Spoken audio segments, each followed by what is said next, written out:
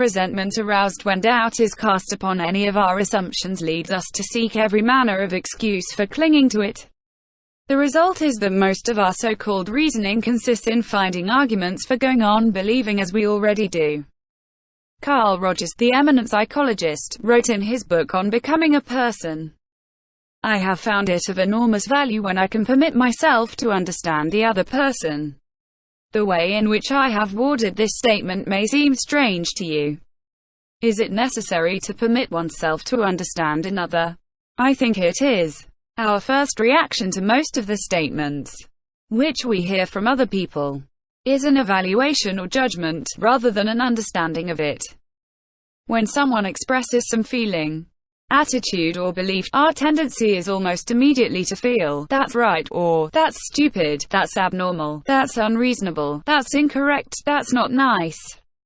Very rarely do we permit ourselves to understand precisely what the meaning of the statement is to the other person. Point 1. I once employed an interior decorator to make some draperies for my home. When the bill arrived, I was dismayed. A few days later, a friend dropped in and looked at the draperies. The price was mentioned, and she exclaimed with a note of triumph, "What?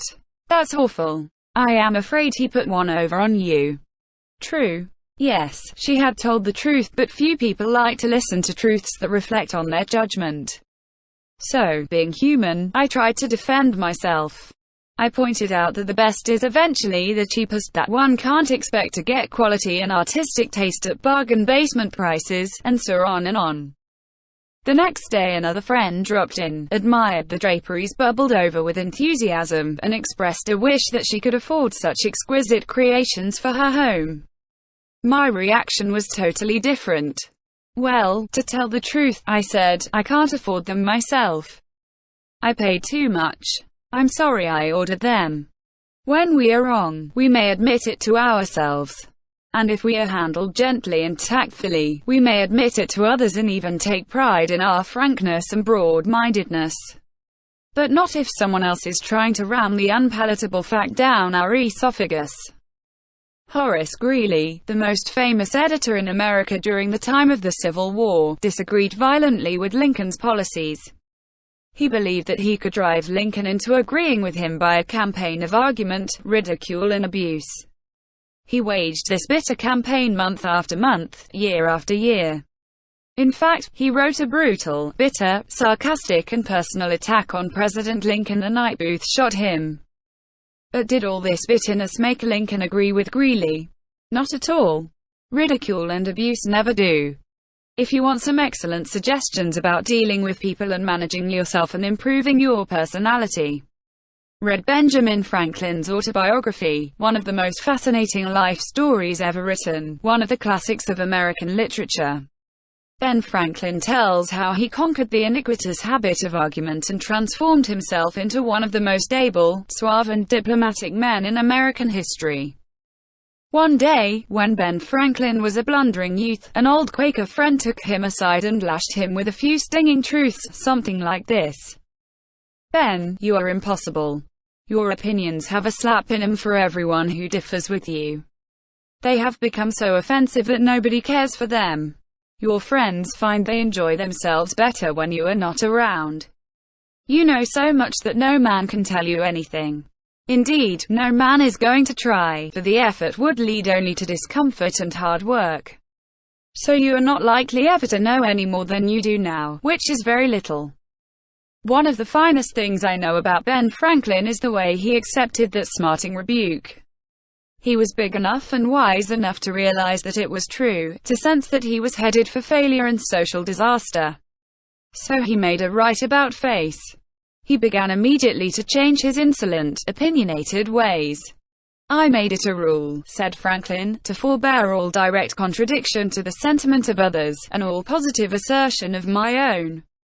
I even forbade myself the use of every word or expression in the language that imported a fixed opinion, such as certainly, undoubtedly, etc.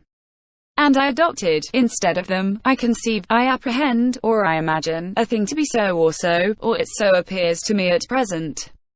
When another asserted something that I thought an error, I denied myself the pleasure of contradicting him abruptly, and of showing immediately some absurdity in his proposition.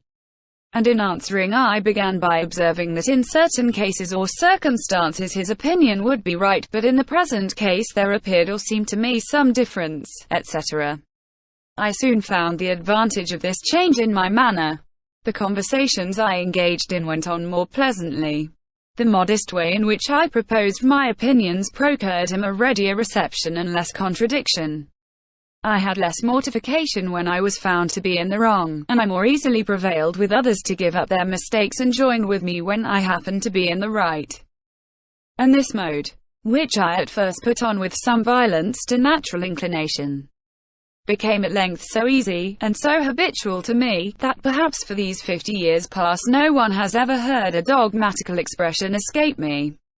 And to this habit, after my character of integrity, I think it principally owing that I had earned so much weight with my fellow citizens when I proposed new institutions, or alterations in the old, and so much influence in public councils when I became a member.